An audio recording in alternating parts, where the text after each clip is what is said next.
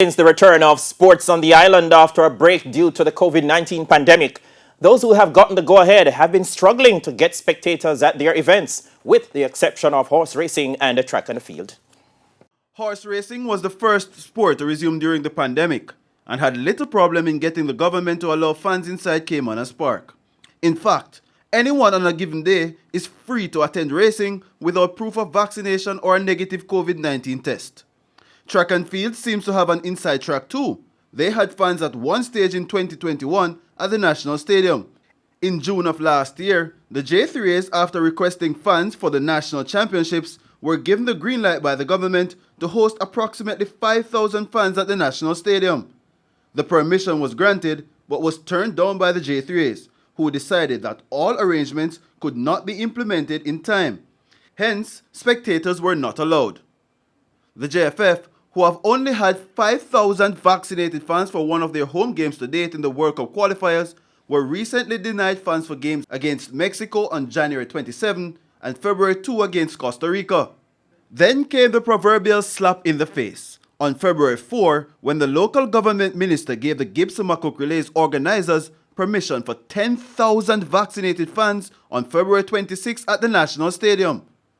So who is behind it? And what is football doing wrong compared to track and field? In Jamaica, it would appear that the sports that the major stakeholders them have major input are the sports that bring more glory to the country, such as athletics, where the government can hang on the coattails of the likes of Bolt and all those other athletes. That is what they gravitate towards.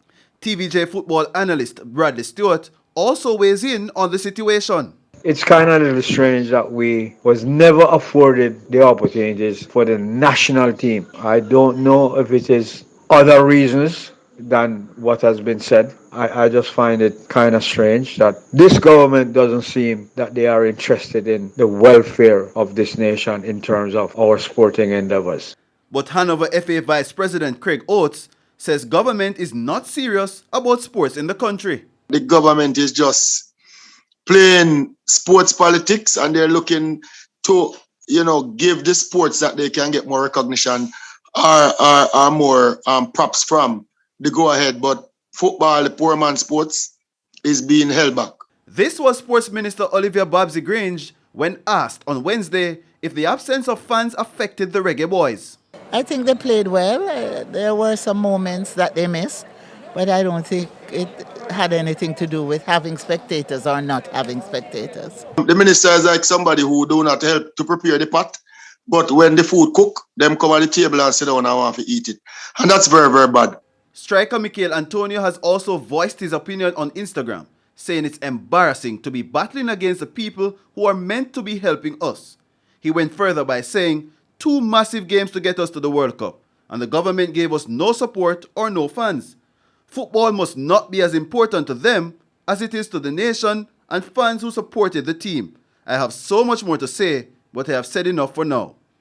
Cricket has also been marginalized as the club league is yet to resume, even in the light that the government SDC community cricket took place. West Indies series against Pakistan started at Sabina Park without getting government permission, and were also denied fans for that series and the one against Ireland.